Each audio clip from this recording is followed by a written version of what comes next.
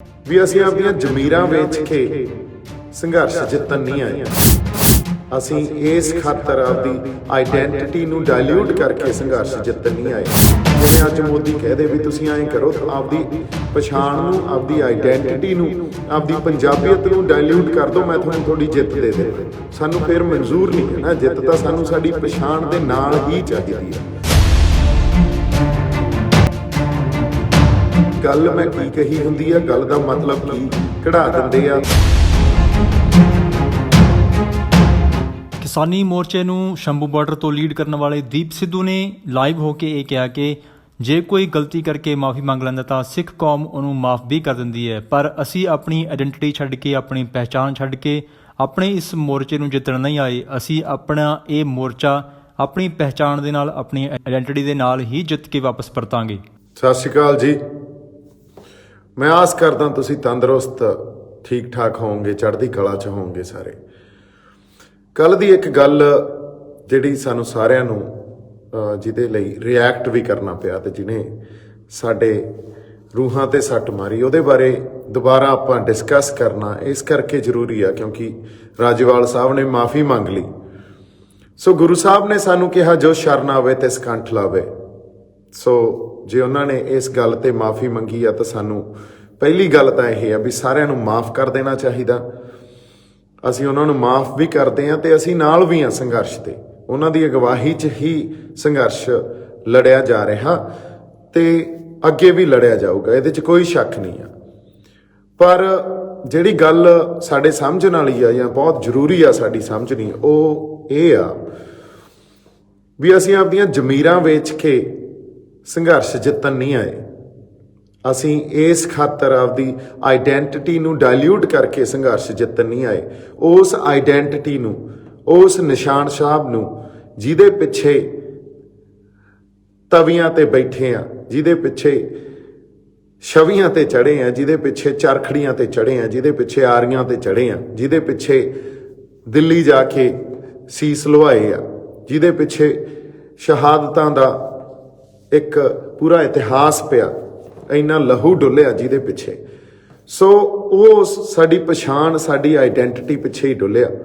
ਦੇਖੋ, ਇਹ ਗੱਲਾਂ ਇੰਨੀਆਂ ਸਿੰਪਲ ਨਹੀਂ ਹੁੰਦੀਆਂ। ਜੇ ਇਹ ਸਿੰਪਲ ਹੁੰਦੀਆਂ, ਇਹਨੂੰ ਮਨੁੱਖਤਾ ਦੇ ਸੰਦਰਭ 'ਚ ਵੀ ਰੱਖ ਕੇ ਦੇਖੀਏ, ਮਨੁੱਖਤਾ ਵੀ ਸਾਡੀ ਪਛਾਣ 'ਚ ਹੀ ਵੱਸਦੀ ਆ ਔਰ ਕਿਸੇ ਵੀ ਕਮਿਊਨਿਟੀ ਦੀ ਪਛਾਣ 'ਚ ਇੱਕ ਮਨੁੱਖਤਾ ਵੱਸਦੀ ਆ।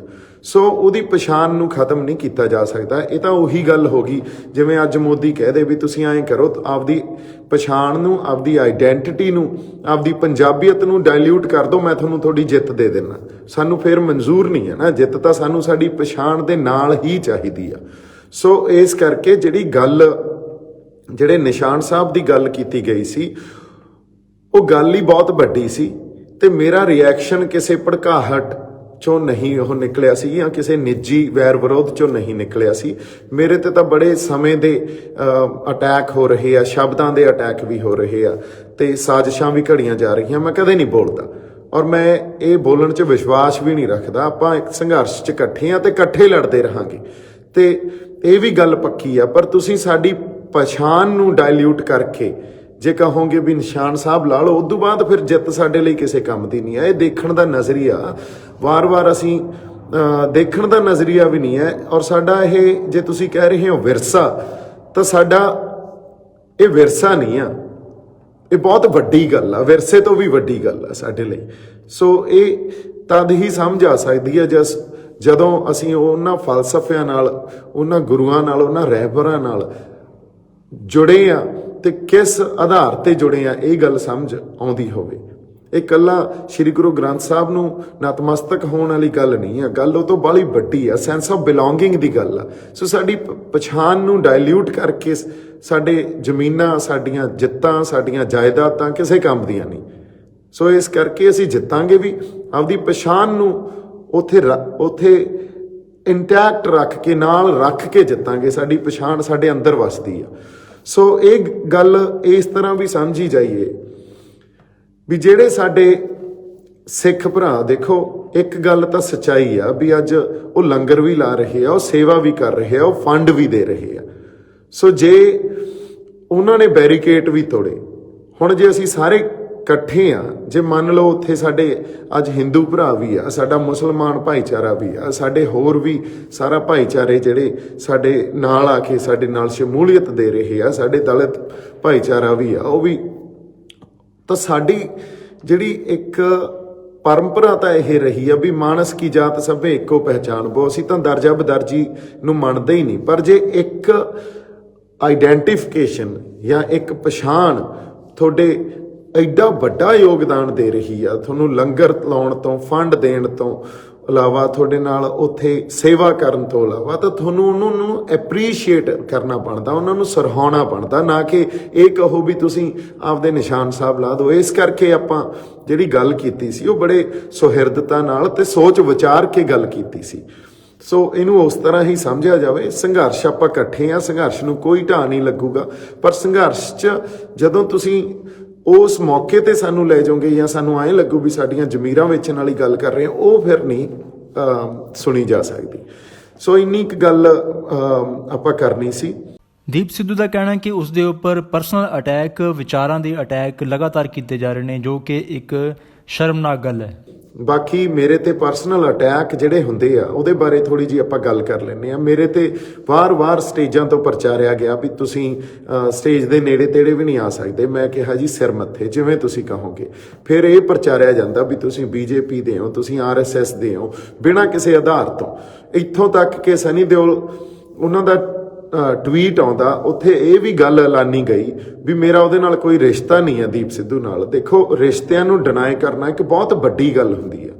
ਰਿਸ਼ਤਿਆਂ ਨੂੰ ਡਿਨਾਈ ਤੁਸੀਂ ਆਏ ਨਹੀਂ ਕੀਤਾ ਜਾ ਸਕਦਾ ਵੀ ਆਪਾਂ ਮਿਥ ਲਿਆ ਤੇ ਕਿਸੇ ਸਾਜ਼ਿਸ਼ ਅਧੀਨ ਆਪਾਂ ਡਿਨਾਈ ਕਰਤੀ ਇਹ ਗੱਲ ਵੀ ਸਾਡਾ ਫਲਾਣੇ ਨਾਲ ਕੋਈ ਰਿਸ਼ਤਾ ਨਹੀਂ ਹੈ। ਇਹ ਬਹੁਤ ਵੱਡੀ ਗੱਲ ਆ।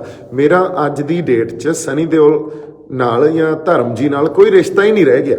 ਤੇ ਮੈਨੂੰ ਲੱਗਦਾ ਉਹ ਇੱਥੋਂ ਤੱਕ ਵਿੱਥ ਆ ਗਈ ਆ ਵੀ ਵਾਪਸ ਜਾ ਕੇ ਵੀ ਜੇ ਮੈਂ ਕੱਲ ਨੂੰ ਵਿਚਰੂੰਗਾ ਤੇ ਉਹ ਰਿਸ਼ਤਾ ਖਤਮ ਹੋ ਚੁੱਕਿਆ। ਸੋ ਜੇ ਤੁਸੀਂ ਉੱਥੇ ਵੀ ਸ਼ੱਕ ਇਸ ਢੰਗ ਨਾਲ ਕਰ ਰਹੇ ਹੋ ਵੀ ਉਹ ਜਾਣ-ਬੁੱਝ ਕੇ ਬੁਲਾਇਆ ਜਾਂਦਾ, ਐਡੀ ਵੱਡੀ ਗੱਲ ਕੋਈ ਜਾਣ-ਬੁੱਝ ਕੇ ਨਹੀਂ ਕਰਦਾ ਹੁੰਦਾ। ਜਿਹੜਾ ਮੇਰਾ ਪਰਿਵਾਰ ਸੀ, ਜਦੋਂ ਮੇਰੀ ਜ਼ਿੰਦਗੀ ਉੱਥੇ ਬਹੁਤ ਜ਼ਿੰਦਗੀ ਜਿੰਨਾ ਦੇਰ ਮੈਂ ਬੰਬਈ ਰਿਹਾ ਉਹਨਾਂ ਦੇ ਨਾਲ ਬੀਤੀ ਆ। ਸੋ ਉਹਨਾਂ ਰਿਸ਼ਤਿਆਂ ਤੋਂ ਮੁਨਕਰ ਹੋਣਾ ਬਹੁਤ ਵੱਡੀ ਗੱਲ ਹੈ। ਇਹ ਕਿਸੇ ਸਾਜ਼ਿਸ਼ ਅਧੀਨ ਨਹੀਂ ਗੱਲਾਂ ਹੁੰਦੀਆਂ। ਸੋ ਇਸ ਕਰਕੇ ਮੇਰੀ ਤੁਹਾਨੂੰ ਬੇਨਤੀ ਆ ਵੀ ਹਰ ਗੱਲ ਨੂੰ ਸ਼ੱਕ ਦੇ ਆਧਾਰ ਤੇ ਨਾ ਦੇਖਿਆ ਕਰੋ। ਕਿਤੇ ਨਾ ਕਿਤੇ ਇਨਸਾਨੀਅਤ ਵੀ ਵਸਦੀ ਹੁੰਦੀ ਆ ਸਾਡੇ 'ਚ। ਉਸ ਐਜ਼ ਅ ਹਿਊਮਨ ਬੀਇੰਗ ਵੀ ਅਸੀਂ ਇਨਸਾਨੀਅਤ ਦੇ ਆਧਾਰ ਤੇ ਵੀ ਚੀਜ਼ਾਂ ਨੂੰ ਸਮਝਣ ਤੇ ਦੇਖਣ ਦੀ ਪਰਖ ਕਰੀਏ। ਅਗਲੀ ਗੱਲ ਮੇਰੇ ਵਿਰੁੱਧ ਇੱਕ ਹੋਰ ਪ੍ਰਚਾਰੀ ਜਾ ਰਹੀ ਆ ਵੀ ਮੈਂ ਫੰਡਸ ਲੈ ਰਿਹਾ। ਇੱਕ ਗੱਲ ਮੈਂ ਬਹੁਤ ਸੁਹਿਰਦਤਾ ਨਾਲ ਸਾਰਿਆਂ ਨੂੰ ਕਹਿਣਾ ਚਾਹਣਾ ਵੀ ਕਿਤੋਂ ਵੀ ਕਿਸੇ ਵੀ ਬੰਦੇ ਨੇ ਮੈਨੂੰ ਇੱਕ ਵੀ ਪੈਸਾ ਦਿੱਤਾ ਜਾਂ ਮੇਰੇ ਕਿਸੇ ਦੋਸਤ ਨੂੰ ਦਿੱਤਾ ਤਾਂ ਪਲੀਜ਼ ਜਨਤਕ ਤੌਰ ਤੇ ਐਲਾਨੇ। ਅੱਜ ਤੱਕ ਜੋ ਕੁਝ ਮੈਂ ਕਰ ਰਿਹਾ ਉਹ ਆਪਦੇ ਪੱਲਿਓਂ ਪੈਸੇ ਲਾ ਕੇ ਕਰ ਰਿਹਾ। ਜਾਂ ਸੰਗਤ ਇੱਥੋਂ ਤੱਕ ਤਾਂ ਹੋ ਸਕਦਾ ਵੀ ਜੇ ਟੈਂਟ ਸ਼ੰਭੂ ਮੋਰਚੇ ਦਾ ਲੱਗਿਆ ਸੀ, ਉਹ ਟੈਂਟ ਵਾਲੇ ਨੂੰ ਥੋੜੇ ਬਹੁਤ ਪੈਸੇ ਦੇ ਦਿੱਤੇ, ਹੁਣ ਸਾਊਂਡ ਵਾਲੇ ਨੂੰ ਦੇ ਦਿੱਤੇ। ਹੁਣ ਮੈਂ ਕਿਸੇ ਤੋਂ ਕੋਈ ਪੈਸਾ ਨਹੀਂ ਫੜਿਆ। ਉਹ ਵੀ ਕੋਈ ਆਪਾਂ ਕਹੀਏ ਵੀ ਟੈਂਟ ਸਾਊਂਡ ਦੇ ਜੇ ਕੋਈ ਸੰਗਤ ਵੱਲੋਂ ਦਾਨ ਕਰ ਗਿਆ, ਉਹ ਵੀ ਪੈਸੇ ਨਹੀਂ ਫੜੇ ਕਦੇ ਕਿਸੇ ਤੋਂ। ਨਾ ਹੀ ਅੱਜ ਤੱਕ ਮੇਰੇ ਅਕਾਊਂਟ 'ਚ, ਨਾ ਹੀ ਕਦੇ ਮੇਰੇ ਕਿਸੇ ਦੋਸਤ ਦੇ ਅਕਾਊਂਟ 'ਚ ਕੋਈ ਪੈਸਾ ਆਇਆ, ਨਾ ਹੀ ਆਪਾਂ ਕਿਸੇ ਤੋਂ ਫੜਿਆ। ਤੇ ਜੇ ਇਹ ਮੈਂ ਚੈਲੰਜ ਵੀ ਕਰਦਾ, ਜੇ ਕੋਈ ਇਹ ਗੱਲ ਕਿਸੇ ਢੰਗ ਨਾਲ ਪ੍ਰਚਾਰ ਰਿਹਾ ਤਾਂ ਪਲੀਜ਼ ਇਹ ਗੱਲਾਂ ਬਾਹਲੀਆਂ ਚੰਗੀਆਂ ਨਹੀਂ ਹੁੰਦੀਆਂ। ਅਗਲੀ ਗੱਲ ਇਹ ਵੀ ਪ੍ਰਚਾਰੀ ਜਾ ਰਹੀ ਆ ਵੀ ਮੇਰਾ ਕਿਸੇ ਚੈਨਲ ਨਾਲ ਸਬੰਧ ਆ। ਮੇਰਾ ਕਿਸੇ ਚੈਨਲ ਨਾਲ ਕੋਈ ਸਬੰਧ ਨਹੀਂ ਆ। ਮੇਰੇ ਦੋਸਤਾਂ ਨੇ ਆਪਦਾ ਇੱਕ ਚੈਨਲ ਜ਼ਰੂਰ ਸ਼ੁਰੂ ਕੀਤਾ, ਪਰ ਉਹ ਮੇਰੇ ਦੋਸਤ ਆ ਤੇ ਮੇਰਾ ਉਹਦੇ ਨਾਲ ਕੋਈ ਸਬੰਧ ਨਹੀਂ ਆ। ਉਹ ਆਪਦਾ ਉਹਨਾਂ ਦਾ ਬਿਜ਼ਨਸ ਆ, ਉਹਨਾਂ ਦੇ ਹੋਰ ਵੀ ਬਿਜ਼ਨਸ ਹੋਣਗੇ। ਇਹ ਕੋਈ ਬਾਹਲੀ ਵੱਡੀ ਗੱਲ ਨਹੀਂ ਆ ਵੀ ਸਾਡੇ ਕਿਸੇ ਭਾਈਚਾਰੇ 'ਚੋਂ, ਸਾਡੇ ਦੋਸਤੀ 'ਚੋਂ ਕਿਸੇ ਦਾ ਕੋਈ ਹੋਟਲ ਹੋਵੇ, ਕਿਸੇ ਦਾ ਕੋਈ ਚੈਨਲ ਹੋਵੇ, ਕਿਸੇ ਦਾ ਕੋਈ ਟਰਾਂਸਪੋਰਟ ਹੋਵੇ, ਹਨਾ। ਇਹ ਤਾਂ ਆਮ ਤੌਰ ਤੇ ਜਦੋਂ ਅਸੀਂ ਦੁਨੀਆ 'ਚ ਵਿਚਰਦੇ ਆ ਤਾਂ ਕਿਸੇ ਨਾ ਕਿਸੇ ਦੇ ਕੋਈ ਨਾ ਕੋਈ ਕੰਮ ਤਾਂ ਹੁੰਦਾ ਹੀ ਆ। ਅਗਲੀ ਗੱਲ ਜਿਹੜੀ ਆਪਾਂ ਕਰੀਏ, ਮੇਰਾ ਇੱਕ 4-5 ਸਾਲ ਪੁਰਾਣਾ ਕੋਈ ਕੋਈ ਇੱਕ ਝਗੜਾ ਵੀ ਕੀ ਸੀ, ਉਹ ਵੀ ਕਿਸੇ ਗਲਤ ਕੰਪਲੇਂਟ 'ਚ ਸਾਨੂੰ ਫਸਾਇਆ ਗਿਆ ਸੀ। 751 ਦਾ ਕੇਸ ਸੀ ਤੇ ਉਹਦੀ ਆਪਾਂ ਡਿਟੇਲ 'ਚ ਜਾਣਕਾਰੀ ਉਦੋਂ ਕਰਾਂਗੇ ਜਦੋਂ ਇਹਨਾਂ ਨੇ ਕੱਢਣ ਦੀ ਕੋਸ਼ਿਸ਼ ਕੀਤੀ। ਕਿਉਂ 26 ਸੈਕਟਰ 'ਚ ਇੱਕ ਕੇਸ ਦਰਜ ਹੋਇਆ ਸੀ ਤੇ ਉਹਨੂੰ ਵੀ ਐਂ ਪ੍ਰਚਾਰਿਆ ਜਾ ਰਿਹਾ ਵੀ ਦੀਪ ਸਿੱਧੂ ਤੇ ਰੇਪ ਦਾ ਕੇਸ ਆ। So that is also very wrong. ਮੈਂ ਇਹ ਗੱਲ ਕਹਿਣਾ ਵੀ ਤੁਸੀਂ ਝੂਠ ਜਿੰਨੇ ਮਰਜ਼ੀ ਲੈ ਕੇ ਆ ਜਾਓ ਤੇ ਇਹਨੂੰ ਮੈਂ ਜਮਾਂ ਐਨ ਨਿਡਰਤਾ ਨਾਲ ਨਜਿੱਠੂੰਗਾ, ਕਿਉਂਕਿ ਸਾਡਾ ਕਿਰਦਾਰ ਹੀ ਇਹ ਆ ਤੇ ਮੇਰਾ ਤਾਂ ਕਿਰਦਾਰ ਹੀ ਇਹ ਆ। ਖੁੱਲੀ ਕਿਤਾਬ ਆ, ਨਿਰਭਉ ਤੇ ਨਿਰਵੈਰ। ਪਰ ਜਦੋਂ ਤੁਸੀਂ ਮੇਰੇ ਖਿਲਾਫ ਕੋਈ ਇਹੋ ਜਿਹੀਆਂ ਗੱਲਾਂ ਲੈ ਕੇ ਆ ਜਾਓਗੇ ਤਾਂ ਉਹਨੂੰ ਤਾਂ ਫਿਰ ਜਵਾਬ ਵੀ ਦੇਵਾਂਗਾ ਤੇ ਉਹਦੇ ਨਾਲ ਨਜਿੱਠੂੰਗਾ ਵੀ। ਤੇ 22 ਸੈਕਟਰ ਦਾ ਜਿਹੜਾ ਵੀ ਉਹ 751 ਦਾ ਕੇਸ ਸੀ ਤੇ ਉਹਦੇ ਸਾਰੇ ਪੇਪਰ ਵੀ ਮੈਂ ਹੁਣ ਕਢਾ ਲਏ ਆ, ਕਿਉਂਕਿ ਤੁਹਾਡੇ ਖਾਤਰ ਹੀ ਵੇਟ ਕਰੀ ਜਾਂਦਾ ਜਿਹੜੇ ਬੰਦੇ ਪ੍ਰਚਾਰ ਰਹੇ ਆ। ਜਿਵੇਂ ਮੇਰੇ ਖਿਲਾਫ ਇਹ ਗੱਲ ਪ੍ਰਚਾਰੀ ਗਈ ਵੀ ਦੀਪ ਸਿੱਧੂ ਕਹਿੰਦਾ ਜੋ ਮਿਲਦਾ ਲੈ ਕੇ ਵਾਪਸ ਤੁਰ ਪਓ। ਮੈਂ ਇਹ ਗੱਲ ਹੁਣ ਬਹੁਤ ਲੋਕਾਂ ਨੂੰ ਕਹਿੰਦੇ ਹੋਏ ਸੁਣਿਆ। ਸਾਡੇ ਜਿਹੜੇ ਆਰਟਿਸਟ ਆ ਜਾਂ ਜਿਹੜੇ ਸਾਡੇ ਸਿੰਗਰ ਆ ਉਹਨਾਂ 'ਚੋਂ ਵੀ ਕਈ ਬੰਦਿਆਂ ਨੇ ਇਹ ਗੱਲ ਕਹੀ, ਜਾਂ ਹੋਰ ਵੀ ਕਈ ਬੰਦਿਆਂ ਨੇ ਇਹ ਗੱਲ ਕਹੀ। ਮੇਰੇ ਖਿਲਾਫ ਇੰਟਰਵਿਊਜ਼ ਵੀ ਹੋਈਆਂ ਵੀ ਦੀਪ ਸਿੱਧੂ ਸ਼ਹਾਦਤ ਤੋਂ ਪਿੱਛੇ ਹਟ ਰਿਹਾ ਤੇ ਉਹ ਪਿੱਛੇ ਨਹੀਂ ਹਟਣਾ ਚਾਹੀਦਾ। ਦੇਖੋ ਕਿ ਇਹੋ ਜਿਹੇ ਟਾਈਟਲ ਦਿੱਤੇ ਜਾਂਦੇ ਆ। ਨਾ ਮੈਂ ਕਦੇ ਸ਼ਹਾਦਤ ਤੋਂ ਪਿੱਛੇ ਹਟਿਆ, ਜਜ਼ਬਾਤਾਂ ਦੇ ਆਧਾਰ ਤੇ ਮੈਂ ਸਿਰਫ ਆਪਦੇ ਜਜ਼ਬਾਤਾਂ ਦੇ ਕਾਰਨ ਵੀ ਆਪਦੇ ਲੋਕਾਂ ਲਈ, ਆਪਦੀ ਧਰਤੀ ਲਈ, ਪੰਜਾਬ ਲਈ ਤੁਰਿਆ ਤੇ ਇਸੇ ਖਾਤਰ ਹੀ ਇੱਥੇ ਆ। ਹੋਰ ਮੇਰਾ ਕੋਈ ਸਿਆਸੀ ਲਾਹਾ ਨਹੀਂ ਆ, ਕੋਈ 2022 ਮੈਂ ਨਹੀਂ ਲੜਨੀ। ਮੇਰਾ ਜਮਾਂ ਹੀ ਕੋਈ ਕਿਸੇ ਹੋਰ ਤਰ੍ਹਾਂ ਦਾ ਇਹਦੇ 'ਚ ਇੰਟਰਸਟ ਨਹੀਂ ਆ, ਕੋਈ ਲਾਹਾ ਨਹੀਂ ਮੈਂ ਲੈਣ ਵਾਸਤੇ ਇੱਥੇ ਆਇਆ। ਸੋ ਜਦੋਂ ਮੈਂ ਸੱਚ ਕੋਈ ਬੋਲਦਾ ਜਾਂ ਗੱਲ ਕਰਦਾ ਤੇ ਉਹ ਸੱਚ ਬਹੁਤ ਬੰਦਿਆਂ ਨੂੰ ਜਾ ਕੇ ਚੁੱਭਦਾ ਤੇ ਉਹ ਚੁੱਭਦਾ ਕਈ ਵਾਰੀ ਉਹਨਾਂ ਦੀ ਸਿਆਸਤ ਵੀ ਖਤਰੇ 'ਚ ਆ ਜਾਂਦੀ ਆ। ਕਈ ਵਾਰੀ ਤੁਸੀਂ ਇਹ ਦੇਖੋ ਵੀ ਉਹਨਾਂ ਦੇ ਜਾ ਕੇ ਗੱਲਾਂ ਵੱਜਦੀਆਂ ਵੀ ਆ ਸਿੱਧੀਆਂ ਅੰਦਰ। ਸੋ ਇਸ ਕਰਕੇ ਉਹ ਖਿਲਾਫਤ ਜਿਹੜੀ ਆ ਵੀ ਆਪਦੇ ਮੇਰੇ ਖਿਲਾਫ ਹੋ ਜਾਂਦੇ ਆ, ਪੋਜੀਸ਼ਨ ਵੀ ਖਿਲਾਫ ਲੈ ਲੈਂਦੇ ਆ। ਗੱਲ ਖਿਲਾਫ ਹੋਣ ਦੀ ਨਹੀਂ ਆ, ਗੱਲ ਸਾਜ਼ਿਸ਼ਾਂ ਘੜਨ ਦੀ ਆ। ਵੀ ਮੈਨੂੰ ਐਂ ਲੱਗਦਾ ਸਾਨੂੰ ਇੱਕ ਦੂਜੇ ਦੇ ਖਿਲਾਫ ਸਾਜ਼ਿਸ਼ਾਂ ਨਹੀਂ ਘੜਨੀਆਂ ਚਾਹੀਦੀਆਂ। ਕਿਸੇ ਨਾ ਕਿਸੇ ਚੰਗੇ ਕਾਰਨ ਵਸ ਜਾਂ ਕਿਸੇ ਆਧਾਰ ਤੇ ਹੀ ਸਾਨੂੰ ਕਿਸੇ ਤੇ ਤੌਹਮਤ ਲਾਉਣੀ ਚਾਹੀਦੀ ਹੈ ਇਨਫੈਕਟ। ਸੋ ਇੱਥੇ ਮੇਰੇ ਖਿਲਾਫ ਜੋ ਗੱਲਾਂ ਕੀਤੀਆਂ ਜਾ ਰਹੀਆਂ ਉਹਦਾ ਕੋਈ ਆਧਾਰ ਨਹੀਂ ਆ। ਸੋ ਮੇਰੇ ਤੇ ਪਤਾ ਨਹੀਂ ਕਿਉਂ ਤੌਹਮਤਾਂ ਲੱਗਦੀਆਂ ਰਹਿੰਦੀਆਂ, ਬਾਰ-ਬਾਰ ਲੱਗਦੀਆਂ ਰਹਿੰਦੀਆਂ। ਸੋ ਮੈਂ ਕਦੇ ਵੀ ਫੇਰ ਵੀ ਖੁੱਲ੍ਹ ਕੇ ਕਿਸੇ ਦਾ ਕਦੇ ਨਾਂ ਨਹੀਂ ਲਿਆ, ਕਿਉਂਕਿ ਉਹ ਮੇਰਾ ਸਟਾਈਲ ਹੀ ਨਹੀਂ ਹੈ ਮੈਂ ਕਿਸੇ ਦਾ ਨਾਂ ਲੈ ਕੇ ਉਹਨੂੰ ਟਾਰਗੇਟ ਕਰਾਂ। ਔਰ ਜੋ ਗੱਲ ਮੈਂ ਕਰਦਾ ਇੱਕ ਤਾਂ ਸੱਚੀ ਹੁੰਦੀ ਆ, ਅਗਲੀ ਗੱਲ ਉਹ ਜਜ਼ਬਾਤਾਂ 'ਚੋਂ ਨਿਕਲੀ ਹੋਈ ਹੁੰਦੀ ਆ।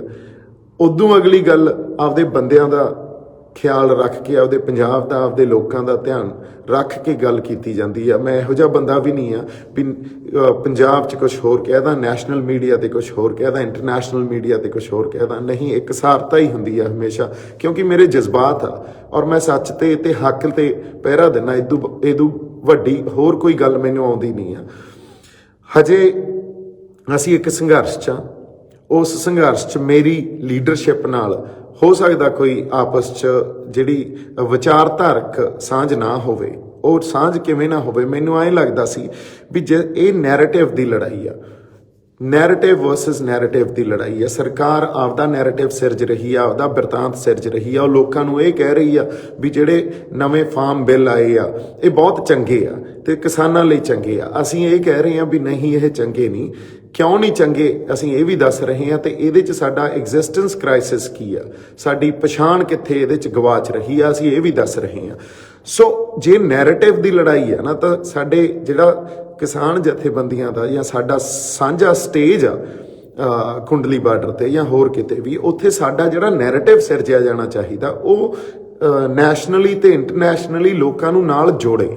ਪਰ ਜਿਸ ਤਰ੍ਹਾਂ ਦੇ ਬੁਲਾਰੇ ਅਸੀਂ ਉੱਥੋਂ ਬੁਲਾ ਰਹੇ ਹਾਂ ਜਾਂ ਜਿਨ੍ਹਾਂ ਨੂੰ ਮੌਕਾ ਦੇ ਰਹੇ ਹਾਂ ਉੱਥੋਂ ਬੋਲਣ ਦਾ, ਉਹ ਸਾਡੇ ਨੈਰੇਟਿਵ ਨੂੰ ਡਿਸਟਰੋਏ ਕਰ ਰਹੇ ਆ। ਨਾ ਕਿ ਉਹਨੂੰ ਬਹੁਤ ਬੁਲਾਰੇ ਇਹੋ ਜਿਹੇ ਆ ਜਿਹੜੇ ਨੈਰੇਟਿਵ ਨੂੰ ਸਿਰਜ ਨਹੀਂ ਰਹੇ ਪਰ ਕਿਤੇ ਨਾ ਕਿਤੇ ਡਾਇਲਿਊਟ ਕਰ ਰਹੇ ਆ। ਤਾਂ ਮੈਨੂੰ ਐਂ ਲੱਗਦਾ ਸੀ ਸਾਨੂੰ ਉੱਥੇ ਨੈਸ਼ਨਲ ਇੰਟਰਨੈਸ਼ਨਲ ਪਰਸਨੈਲਿਟੀਜ਼ ਨੂੰ ਬੁਲਾ ਕੇ ਉਹਨਾਂ ਨੂੰ ਵੀ ਉੱਥੇ ਬੋਲਣ ਨੂੰ ਰਿਕੁਐਸਟ ਕਰਨੀ ਚਾਹੀਦੀ ਸੀ, ਕਿਉਂਕਿ ਜਿਹੜੀਆਂ ਪਰਸਨੈਲਿਟੀਜ਼ ਜਾਂ ਜਿਹੜੇ ਵੱਡੇ ਸੋਸ਼ਲ ਐਕਟਿਵਿਸਟ ਹੁੰਦੇ ਆ ਜਾਂ ਜਿਹੜੇ ਆਪਾਂ ਇਹ ਕਹਿ ਲਈਏ ਵੀ ਪੋਲੀਟੀਕਲੀ ਸੱਚੇ ਲੋਕ ਹੁੰਦੇ ਆ ਜਿਹੜੇ ਲੋਕਾਂ ਖਾਤਰ ਲੜਦੇ ਆ, ਜਾਂ ਜਿਹੜੇ ਈਵਨ ਐਂਟਰਟੇਨਮੈਂਟ ਇੰਡਸਟਰੀ ਦੇ ਬੰਦੇ ਹੁੰਦੇ ਆ, ਹੈ ਨਾ, ਬੰਬੇ ਦੀ ਫਿਲਮ ਇੰਡਸਟਰੀ ਦੇ ਜਿਹੜੇ ਚੰਗੇ ਬੰਦੇ ਹੋਣ, ਉਹਨਾਂ ਦਾ ਇੰਪੈਕਟ ਬਹੁਤ ਹੁੰਦਾ। ਉਹਨਾਂ ਦਾ ਇੰਪੈਕਟ ਇਕੱਲਾ ਸਾਡੇ ਪੰਜਾਬ ਜਾਂ ਦੇਸ਼ ਤੱਕ ਲਿਮਿਟਡ ਨਹੀਂ ਹੁੰਦਾ, ਇੰਟਰਨੈਸ਼ਨਲੀ ਵੀ ਹੁੰਦਾ। ਫਿਰ ਇੰਟਰਨੈਸ਼ਨਲੀ ਵੀ ਬਹੁਤ ਇਹੋ ਜਿਹੇ ਬੰਦੇ ਬੈਠੇ ਆ ਜਿਹੜੇ ਬੁਲਾਰੇ ਆ ਕੇ ਇੱਥੇ ਬੋਲਣਾ ਚਾਹੁੰਦੇ ਆ, ਜਿਨ੍ਹਾਂ ਨੇ ਚਾਹੇ ਉਹਨਾਂ ਦੀ ਭਾਸ਼ਾ ਅੰਗਰੇਜ਼ੀ ਹੋਵੇ, ਪਰ ਉਹ ਅੰਗਰੇਜ਼ੀ ਭਾਸ਼ਾ ਵੀ ਸਾਨੂੰ ਚਾਹੀਦੀ ਆ, ਕਿਉਂਕਿ ਇਹ ਨੈਰੇਟਿਵ ਦੀ, ਜਿਵੇਂ ਮੈਂ ਕਿਹਾ, ਲੜਾਈ ਆ। ਜਿਹੜਾ ਪ੍ਰੈਸ਼ਰ ਪੈਣਾ ਗੌਰਮੈਂਟ ਤੇ ਨਾ, ਉਹ ਵੀ ਨੈਰੇਟਿਵ ਦਾ ਹੀ ਪੈਣਾ। ਅੱਜ ਲੜਾਈ ਕੀ ਆ? ਸਾਡੀ ਲੜਾਈ ਇਹ ਆ ਵੀ ਵੱਧ ਤੋਂ ਵੱਧ ਬੰਦੇ ਸਾਡੇ ਨਾਲ ਜੁੜਨ, ਤੇ ਸਰਕਾਰ ਇਹ ਚਾਹੁੰਦੀ ਆ ਵੀ ਵੱਧ ਤੋਂ ਵੱਧ ਬੰਦਿਆਂ ਦਾ ਝੁਕਾਅ ਸਰਕਾਰ ਵਾਲੇ ਪਾਸੇ ਹੋਵੇ। ਸੋ ਇੱਥੇ ਹੀ ਲੜਾਈ ਆ, ਹਨਾ। ਤੋ ਇਸ ਕਰਕੇ ਸਾਨੂੰ ਆਪਦਾ ਨੈਰੇਟਿਵ ਸਿਰਜਣਾ ਚਾਹੀਦਾ। ਅਸੀਂ ਆਪਸ 'ਚ ਲੜ ਨਹੀਂ ਰਹੇ। ਅੱਜ ਤੱਕ ਮੈਂ ਕਿਸੇ ਦਾ ਨਾਂ ਲੈ ਕੇ ਨਿੰਦਿਆ ਨਹੀਂ ਕੀਤੀ। ਅੱਜ ਤੱਕ ਮੇਰੇ ਤੇ ਜੋ ਅਟੈਕ ਹੋਏ ਆ, ਔਰ ਮੈਂ ਉਹਨਾਂ ਨੂੰ ਪਰਸਨਲੀ ਕਦੇ ਵੀ ਨਹੀਂ ਕਿਹਾ। ਮੈਂ ਉਹਨਾਂ ਨੂੰ ਕਿਹਾ ਚਲੋ ਕੋਈ ਨਹੀਂ, ਸਿਰ ਮੱਥੇ, ਸਮਾਂ ਸਭ ਕੁਝ ਦੱਸੂਗਾ, ਚਲੋ ਕੋਈ ਨਹੀਂ, ਸਿਰ ਮੱਥੇ, ਸਮਾਂ ਸਭ ਕੁਝ ਦੱਸੂਗਾ। ਪਰ ਔਰ ਮੇਰੀ ਦੇਖ ਲਓ ਇੰਟਰਵਿਊਜ਼ ਦਾ ਕੀ ਹੁੰਦਾ ਵੀ ਅਸੀਂ ਸ਼ਹਾਦਤ ਨੂੰ ਤਿਆਰ ਹਾਂ, ਦੀਪ ਸਿੱਧੂ ਪਿੱਛੇ ਨਾ ਹਟੇ। ਇਹ ਟਾਈਟਲ ਹੁੰਦੇ ਆ। ਤੇ ਉਦੋਂ ਬਾਅਦ ਮੇਰੇ ਨਾਲ ਆ ਕੇ ਇੰਟਰਵਿਊਜ਼ ਫਿਰ ਬਹਿ ਕੇ ਵੀ ਕੀਤੀਆਂ ਜਾਂਦੀਆਂ। ਪਰ ਗੱਲ ਆਈ ਆ, ਔਰ ਜਿੱਦਾਂ ਆਪਾਂ ਉਹ ਸਟੇਟਮੈਂਟ ਦਿੱਤੀ ਸੀ, ਉਹਦੇ 'ਚ ਕਿਤੇ ਵੀ ਇਹ ਗੱਲ ਨਹੀਂ ਕਹੀ ਸੀ ਵੀ ਮੈਂ ਸ਼ਹਾਦਤ ਦੇਣ ਤੋਂ ਭੱਜਦਾ। ਉਹਦੇ 'ਚ ਕਿਤੇ ਵੀ ਇਹ ਗੱਲ ਨਹੀਂ ਕਹੀ ਸੀ ਵੀ ਅਸੀਂ ਜੋ ਮਿਲਦਾ ਲੈ ਕੇ ਤੁਰ ਜਾਈਏ। ਨਹੀਂ, ਇਹ ਇਤਿਹਾਸਕ ਤੇ ਫੈਸਲਾਕੁੰਨ ਲੜਾਈ ਆ। ਇਹਨੂੰ ਬੜੀ ਸੁਹਿਰਦਤਾ ਨਾਲ ਤੇ ਇੰਟੈਲੀਜੈਂਟਲੀ ਆਪਾਂ ਹੈਂਡਲ ਕਰਾਂਗੇ, ਔਰ ਇਕੱਠੇ ਰਹਿ ਕੇ ਹੈਂਡਲ ਕਰਾਂਗੇ। ਅੱਜ ਇੱਕ ਗੱਲ ਫੇਰ ਕਹਿ ਰਿਹਾ, ਕਦੇ ਵੀ ਮੇਰੀ ਕਿਸੇ ਪੋਲੀਟੀਕਲ ਪਾਰਟੀ ਨਾਲ, ਬੀਜੇਪੀ ਹੋਵੇ, ਕੋਈ ਹੋਰ ਹੋਵੇ, ਕੋਈ ਸਾਂਝ ਨਹੀਂ ਆ, ਨਾ ਹੀ ਫਿਊਚਰ 'ਚ ਪਊਗੀ। ਕਦੇ ਕਿਸੇ ਜਥੇਬੰਦੀ ਨਾਲ ਸਾਂਝ ਨਹੀਂ ਆ।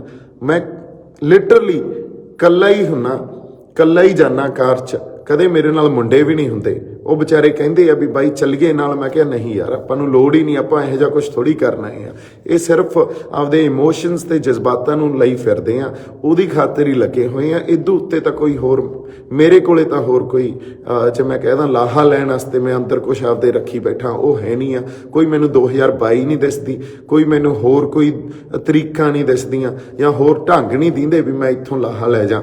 ਮੈਂ ਆਪਦੀ ਪਰਸਨਲ ਲਾਈਫ ਦੀ ਵੀ ਗੱਲ ਕਰ ਲਈਏ। ਮੇਰੀ ਪਰਸਨਲ ਲਾਈਫ ਤੇ ਵੀ ਬੜੀ ਕਮੈਂਟ ਕੀਤੇ ਜਾ ਰਹੇ ਆ, ਪਰ ਮੈਂ ਇਹ ਗੱਲ ਕਰਦਾ, ਪਰਸਨਲ ਲਾਈਫ ਮੇਰੀ ਆਪਦੀ ਆ, ਰਿਸ਼ਤੇ ਮੇਰੇ ਆਪਦੇ ਆ। ਉਹਨਾਂ ਰਿਸ਼ਤਿਆਂ ਨੂੰ ਮੇਰਾ ਹੀ ਰਹਿਣ ਦਿਓ। ਪਰਸਨਲ ਲਾਈਫ ਨੂੰ ਕਦੇ ਜੇ ਕਿਸੇ ਨੇ ਡਿਸਕਸ ਕੀਤਾ, ਫਿਰ ਮੇਰਾ ਕੋਈ ਵੱਖਰਾ ਰੂਪ ਦੇਖੋਗੇ ਤੁਸੀਂ।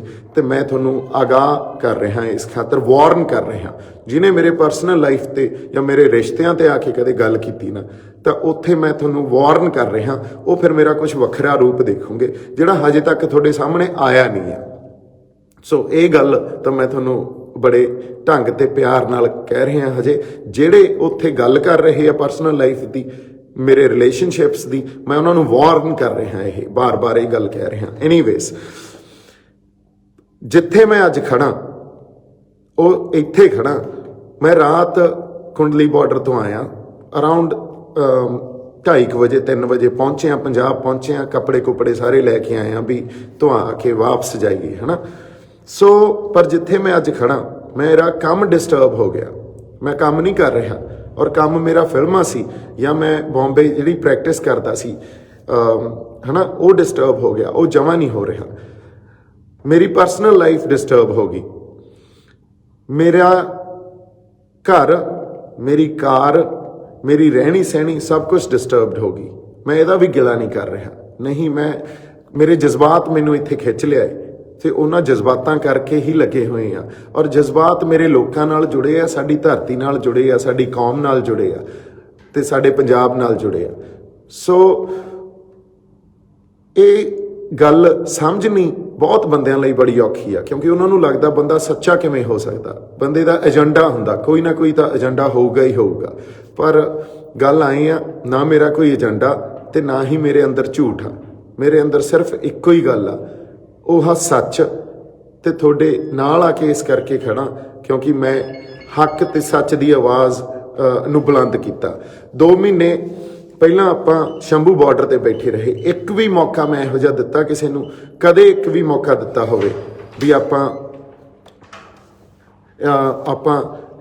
ਕਦੇ ਕੋਈ ਇਹ ਗੱਲ ਕੀਤੀ ਹੋਵੇ ਜਿਹਦੇ ਤੇ ਤੁਹਾਨੂੰ ਇਤਰਾਜ਼ ਹੋਵੇ ਜਾਂ ਕਦੇ ਇਹ ਗੱਲ ਕੀਤੀ ਹੋਵੇ ਜਿਹਦੇ ਤੇ ਤੁਸੀਂ ਇਹ ਕਹੋ ਵੀ ਦੀਪ ਸਿੱਧੂ ਨੇ ਦੇਖੋ ਕਿਹੋ ਜੀ ਸਰਕਾਰ ਦੇ ਹੱਕ 'ਚ ਗੱਲ ਕੀਤੀ ਆ ਜਾਂ ਕਿਸੇ ਧਿਰ ਦੀ ਹੱਕ ਦੀ ਗੱਲ ਕੀਤੀ ਆ। ਹਮੇਸ਼ਾ ਹਿਊਮੈਨਿਟੀ, ਹਮੇਸ਼ਾ ਇਨਸਾਨੀਅਤ, ਹਮੇਸ਼ਾ ਹੱਕ ਸੱਚ ਦੀ ਗੱਲ ਕੀਤੀ ਆ।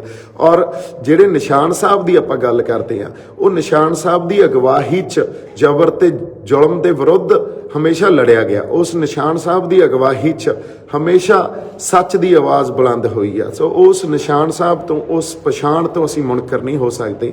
ਪਰ ਜਿਵੇਂ ਗੁਰੂ ਸਾਹਿਬ ਨੇ ਕਿਹਾ, ਜੋ ਸ਼ਰਨ ਆਵੇ ਤੇ ਸਕੰਠ ਲਾਵੇ, ਤਾਂ ਹੁਣ ਆਪਾਂ ਸਾਰੇ ਇਕੱਠੇ ਹੋ ਕੇ ਅੱਗੇ ਵਧੀਏ, ਅੱਗੇ ਲੜਾਈਆਂ ਲੜੀਏ ਇਕੱਠੇ ਹੋ ਕੇ। ਇੰਨੀਆਂ ਕੁ ਗੱਲਾਂ ਤੁਹਾਡੇ ਨਾਲ ਕਰਨੀਆਂ ਸੀ।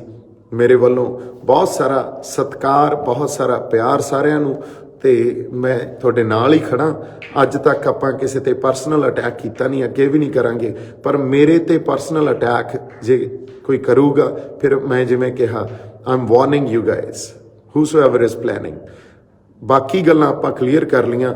ਜਿੰਨੀਆਂ ਕੁ ਤੌਮਤਾਂ ਲਾਉਣ ਦੇ ਚੱਕਰ 'ਚ ਸੀ ਇਹ, ਜਾਂ ਜੋ ਤੌਮਤਾਂ ਜਾਂ ਸਾਜ਼ਿਸ਼ਾਂ ਘੜੀ ਜਾਂਦੇ ਆ, ਇਹ ਗੱਲ ਪਤਾ, ਇੱਕ ਗੱਲ ਸਾਨੂੰ ਹਮੇਸ਼ਾ ਪਿੰਡਾਂ 'ਚ ਸਿਖਾਈ ਜਾਂਦੀ ਹੁੰਦੀ ਸੀ ਵੀ ਜੇ ਤੁਸੀਂ ਕਿਤੇ ਆਪਦੇ ਆਪ ਬਾਰੇ ਜਾਣਨਾ ਨਾ, ਔਰ ਬਹੁਤ ਝੂਠ ਹੁੰਦਾ ਉਹਦੇ 'ਚ, ਤਾਂ ਵੋਟਾਂ 'ਚ ਖੜੇ ਹੋ ਜਾਓ।